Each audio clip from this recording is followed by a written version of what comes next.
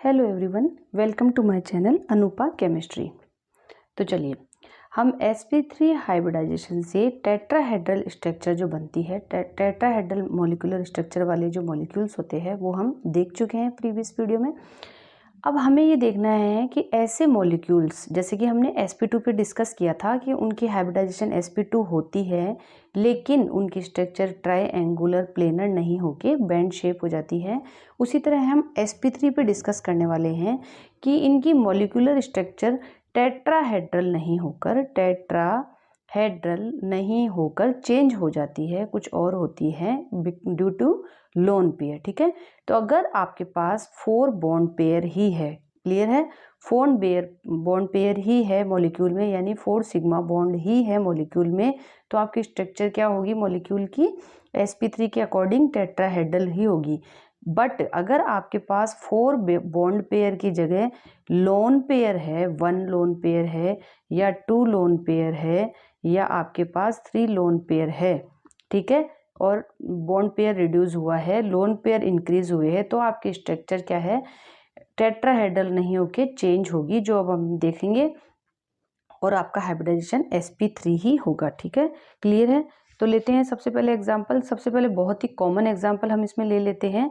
इसका सबसे common example है अमोनिया। ठीक है, अमोनिया बहुत ही कॉमन एग्जाम्पल है, और इसी में हम वाटर का एक मॉलिक्यूल जो होता है H3O+ जो होता है, मतलब अमोनियम हाइड्रोनियम आयन, ये ले लेते हैं H3O+। ठीक है, इसी तरह और ले लेते हैं हम PCl3 और एक ले लेते हैं PH3। ठीक है, ये सब हम एग्जाम्पल ले लेते हैं। सबसे पहले डिस्कस करते हैं हम अमोनिया पे। क्लियर है, नाइट्रोजन को हम बहुत बार डिस्कस कर चुके हैं, इसलिए मैं इसका कॉन्फ़िगरेशन डायरेक्ट लिख रही हूँ। 2s2 2p3 इसका कॉन्फ़िगरेशन होता है। क्लियर है, देख लीजिए आप, hydrogen, helium, lithium, beryllium, boron, carbon, nitrogen. ठीक है, यहाँ पे आती है 2s2 2p3। पीरियोडिक टेबल में आपको जल्दी ही याद करा दूंगी, बिल्कुल आपके फिंगर टिप्स पे होगी जैसे मेरे है, तो इसके लिए आप थोड़ा वेट कीजिए, एक बार अपना ये टॉपिक खत्म हो जाए, उसके बाद मैं नेक्स्ट पीरियोडिक टेबल ही लेने वाली हूँ। क्योंकि पीरियोडिक टेबल अगर आप पहले सीख लेंगे तो आपके लिए ये सब कुछ बहुत ईजी हो जाएगा, क्योंकि जब मैं आपको पीरियोडिक टेबल लर्न कराऊंगी तो उसके साथ ही मैं आपको उस पर ईच एलिमेंट जो मोस्ट प्रोबेबली अपने केमिस्ट्री में काम आते हैं उनसे रिलेटिव उनकी सारी प्रॉपर्टीज़ बताने वाली हूँ, जो आपके फिंगर टिप्स पे आ जाएगी, जैसे कि उनका इलेक्ट्रॉनिक कॉन्फ़िगरेशन, उनकी कोवैलेंसी, वो एसिड है, बेस है, या एनीथिंग एल्स जो भी है, मैं सब आपको बताने वाली हूँ जल्दी ही। फिलहाल हम ये देख लेते हैं, नाइट्रोजन का इलेक्ट्रॉनिक कॉन्फ़िगरेशन हो जाएगा 2s2 2p3। क्लियर है। चलिए, तो अब इस हिसाब से नाइट्रोजन की जो कोवैलेंसी है, मतलब इसके जो वैलेंस इलेक्ट्रॉन है वो कितने हैं? इसकी वैलेंस इलेक्ट्रॉन 5 है। क्लियर है भाई, मतलब वैसे मैं आपको बता दूं कि नाइट्रोजन कभी भी 5 बॉन्ड नहीं बनाता है, ये हमेशा 4 ही बॉन्ड बनाता है, इससे ज़्यादा बॉन्ड ये नहीं बनाता है। ठीक है, इसकी कोवैलेंसी 5 होती है, बट ये 4 से ज़्यादा बॉन्ड नहीं बनाता है। चलो, अब यहाँ पे हमको सराउंडिंग एटम्स दिए हुए हैं। ठीक है, देखो वैसे तो आप लेस इलेक्ट्रोनेगेटिव को हमेशा सेंटर में लेते हैं, लेकिन फर्स्ट रूल क्या होता है? फर्स्ट रूल ये होता है कि जो लेस एटम हो, जो एटम मिनिमम हो, लीस्ट एटम हो, तो यहाँ पे लीस्ट एटम क्या है? नाइट्रोजन है। और दूसरी बात ये है कि हाइड्रोजन और फ्लोरीन कभी भी सेंट्रल एटम नहीं होते हैं। ठीक है, क्लियर है। तो लीस्ट एटम है आपके पास नाइट्रोजन, रादर देन ये क्या है? मोर इलेक्ट्रोनेगेटिव है। बट आप सबसे पहले फर्स्ट रूल को देखेंगे कि लीस्ट कौन सा है, तो लीस्ट नाइट्रोजन है। और इसमें यहाँ पे एक चीज और है कि हाइड्रोजन कभी सेंट्रल एटम नहीं होता है। चलिए, सेंटर में लगा देते हैं हम नाइट्रोजन को। हो गया भाई। अब हमारे पास 3 हाइड्रोजन है, 3 हाइड्रोजन, हमको नहीं पता इसकी स्ट्रक्चर अभी क्या होने वाली है, तो हमने लगा दी बस। ठीक है, हमने लगा दी। ठीक है, लगा दी। अब हमें क्या है? एक एक बॉन्ड तो बनाना ही है, क्योंकि मॉलिक्यूल बनाना है तो एक बॉन्ड तो बनेगा ही, तो चलो एक एक बॉन्ड हमने लगा दिया। ठीक है, टोटल इसके हमारे पास इलेक्ट्रॉन कितने हैं अमोनिया में, वो देख लेते हैं। 5 इलेक्ट्रॉन नाइट्रोजन में है, 3 इलेक्ट्रॉन 3 हाइड्रोजन से हमको मिलेंगे, तो टोटल हमारे पास इलेक्ट्रॉन कितने हैं? यहाँ पे हमारे पास वैलेंस इलेक्ट्रॉन है यहाँ पे 8। क्लियर है, 8 है। तो अब 8 इलेक्ट्रॉन्स को हमको डिस्ट्रीब्यूट करना है। अब हम जो रूल फॉलो करते हैं कि 8, 16, 24, 32, वो भी देख लेते हैं। उसमें एग्जैक्ट जो फर्स्ट नंबर पे 8 है वो हमारा इसको टोटल फॉलो हो रहा है। बहुत अच्छी बात है। तो मतलब हमें कुछ भी अलग इलेक्ट्रॉन निकालने की ज़रूरत नहीं है। क्लियर है। चलो लगा देते हैं भाई। तो पहले तो ये बॉन्ड जो हमने बना दी, जो सिंगल बॉन्ड हमारी एसेंशियल है, उसके हम इलेक्ट्रॉन काउंट कर लेते हैं। 1 2 3 4 5 6 इलेक्ट्रॉन तो हमारे लग चुके। अब क्या करना है, इसका क्या करना है, हाइड्रोजन को तो डुप्लेट ही कंप्लीट करना होता है, तो इसका डुप्लेट तो भाई कंप्लीट है, ठीक है, तीनों का डुप्लेट कंप्लीट है। बचा हमारा नाइट्रोजन। नाइट्रोजन के आउटर मोस्ट शेल में कितने इलेक्ट्रॉन थे, 5 इलेक्ट्रॉन थे, ठीक है। तो देखते हैं, चलो काउंट करते हैं इसके कितने हो गए, 1 2 3 4 5 6। बहुत अच्छी बात है, 6 आ गए इसके पास। 2 अभी भी इसको ऑक्टेट कंप्लीट करने के लिए बाकी है, और हमको भी जो इलेक्ट्रॉन दिए हुए हैं 8, उसमें भी हमारे पास अभी 2 इलेक्ट्रॉन बाकी है। तो चलो ये दोनों इलेक्ट्रॉन हम क्या करते हैं, नाइट्रोजन को ही दे देते हैं, इसका ऑक्टेट भी कंप्लीट हो जाएगा, और हमको ये 8 इलेक्ट्रॉन जो डिस्ट्रीब्यूट करने हैं वो सही जगह डिस्ट्रीब्यूट भी हो जाएंगे। बन गई बहुत अच्छी स्ट्रक्चर, बहुत बढ़िया बात है। लेकिन अब क्या हो गया कि ये लोन पेयर इसके पास आ गया नाइट्रोजन के पास, और लोन पेयर क्या करता है, रिपल्शन करता है और ज्योमेट्री को डिस्टर्ब करता है। बता चुकी हूँ मैं आपको पहले sp2 में। तो ये लोन पेयर क्या करेगा, इसकी जो टेट्राहेड्रल स्ट्रक्चर है उसको थोड़ा सा डिस्टर्ब कर देगा, और इसकी जो स्ट्रक्चर बन के आएगी, ये देखिए आपकी टेट्राहेड्रल स्ट्रक्चर एक्चुअली ये होती है, ठीक है। तो फिर क्या होगा कि ये टेट्राहेड्रल, ये लोन पेयर यहाँ बैठा होगा, ये यहाँ बैठ के थोड़ा सा रिपल्शन करेगा, और ये जो आपकी स्ट्रक्चर है अमोनिया की, वो क्या हो जाएगी, पिरामिडिकल हो जाएगी, पिरामिड स्ट्रक्चर हो जाएगी इस तरह से। और ये लोन पेयर क्या करेगा, थोड़ा सा रिपेल करके हाइड्रोजन्स को साइड कर देगा, भाई हट जाओ, भाई हट जाओ, मैं ज़्यादा पावरफुल हूँ, अकेला रहूँगा, ठीक है। तो ये लोन पेयर क्या करता है, इसकी टेट्राहेड्रल स्ट्रक्चर को थोड़ा डिस्टर्ब कर देता है, और स्ट्रक्चर हो जाती है पिरामिडिकल, ठीक है। अब देखिए नेक्स्ट एग्जाम्पल देखते हैं, H3O+, ठीक है, क्लियर है। चलिए देखते हैं H3O+। अब यहाँ क्या है, अब आप कहेंगे कि यहाँ पे तो लेस लीस्ट क्या है, आपके पास ऑक्सीजन है, जबकि ये क्या है, मोर इलेक्ट्रोनेगेटिव है, लेकिन नंबर में ये लीस्ट है, ठीक है। और वैसे भी मैं आपको बता चुकी हूँ हाइड्रोजन कभी सेंट्रल एटम बनती भी नहीं है, ठीक है। अगर ये लिस्ट भी होती तब भी नहीं बनती, क्योंकि हाइड्रोजन और फ्लोरीन कभी नहीं बनते हैं सेंट्रल एटम, ठीक है। तो हम आप ऑक्सीजन ले लेते हैं भाई, सेंट्रल एटम, ठीक है, हमें नहीं पता स्ट्रक्चर क्या बनेगी, हमने तो बस लगा दिए, हाइड्रोजन लगा दिए, ठीक है। अब देखिए ऑक्सीजन के पास में टोटल वैलेंस इलेक्ट्रॉन कितने होते हैं, 6 होते हैं, ठीक है, 6 होते हैं, लेकिन हमको यहाँ क्या दिया हुआ है, प्लस चार्ज दिया हुआ है, तो एक इसमें से माइनस हो जाएगा, तो टोटल इसके पास कितने रह गए, 5 रह गए। यहाँ पे 3 हाइड्रोजन से इसको कितने मिलने वाले हैं, 3 मिलने वाले हैं, तो टोटल हमारे पास कितने हो गए, 8 हो गए, ठीक है। एक एक बॉन्ड हम सब में बना ही देते हैं, ये बन गया एक एक बॉन्ड, अच्छी बात है भाई। टोटल हमको 8 डिस्ट्रीब्यूट करने हैं, हमारे रूल के अकॉर्डिंग भी क्या है, 8 ठीक है, ऑक्टेट रूल को फॉलो कर रहा है। इसको अपना डुप्लेट कंप्लीट करना है, इसने डुप्लेट कंप्लीट कर दिया है। ऑक्सीजन का देख लेते हैं भाई, ऑक्सीजन के पास 6 इलेक्ट्रॉन है, फिर भी इसके पास 2 अभी बाकी है, हमारे पास भी 2 इलेक्ट्रॉन और है जो हमको डिस्ट्रीब्यूट करने हैं, अभी तक हमने किए नहीं है, तो क्या करते हैं, ऑक्सीजन को दे देते हैं सिंपली। इस पर भी क्या होगा, एक आ जाएगा लोन पेयर जो इसकी ज्योमेट्री को डिस्टर्ब करेगा, ठीक है ना। 1+ से हमने पहले ही हटा चुके हैं हम इसका, तो सेम यही स्ट्रक्चर इसकी बनने वाली है, और ये लोन पेयर यहाँ बैठा होगा जो कि इसकी ज्योमेट्री को क्या बना देगा, पिरामिडिकल बना देगा, क्लियर है। तो सेम यही स्ट्रक्चर इसकी हो जाती है।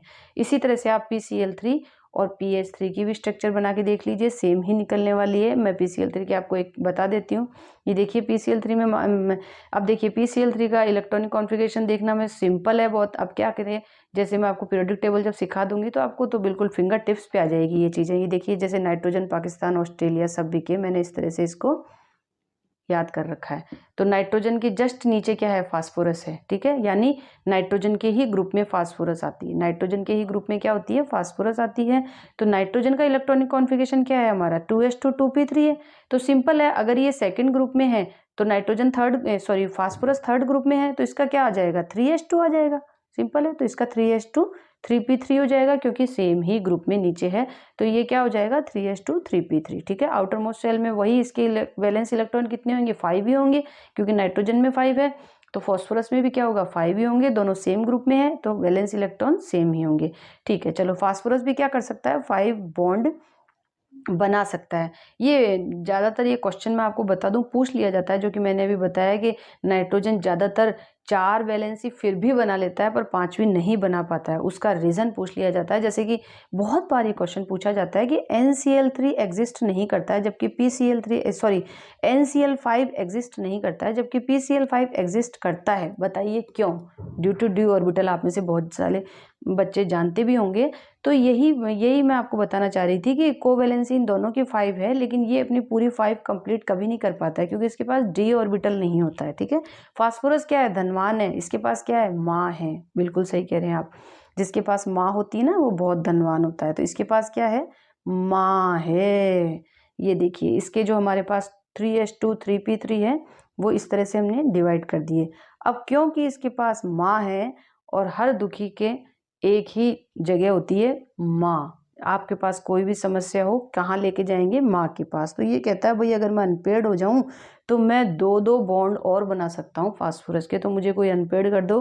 तो चला जाता है अपनी माँ के पास और ये हो जाता है अनपेयर्ड। इस तरह से थोड़ा सा हम अपने टॉपिक से हट गए हैं, कोई बात नहीं, देख लेते हैं। थोड़ा सा आप कर रहे हैं तो ये इस तरह से अनपेयर्ड, इसके पास 5 अनपेयर्ड इलेक्ट्रॉन हो जाते हैं फास्फोरस के पास, जो कि नाइट्रोजन के पास नहीं होते हैं क्योंकि इसके पास माँ नहीं है, इसके पास डी ऑर्बिटल नहीं है। चलिए, तो ये PCl5 की इसीलिए स्ट्रक्चर एग्जिस्ट करती है और NCl5 की नहीं करती है। तो यहाँ तो अभी तो हमें क्या दे रखा है? PCl3 दे रखा है। चलिए हम इसे देख रहे थे, मैंने बोला था ना टॉपिक से थोड़ा हट गए हैं, कोई बात नहीं, एक नई चीज आपको सीखने को मिल गई।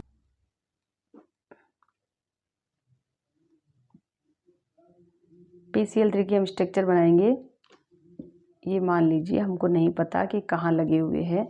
फास्फोरस के पास कितने इलेक्ट्रॉन है? 5 इलेक्ट्रॉन है वैलेंस इलेक्ट्रॉन टोटल, और 3 क्लोरीन के पास कितने हैं? 1 क्लोरीन के पास वैलेंस इलेक्ट्रॉन 7 होते हैं, तो 3 के पास कितने हो जाएंगे? 21 हो जाएंगे, यानी टोटल इलेक्ट्रॉन हमारे पास कितने हैं? 26 है।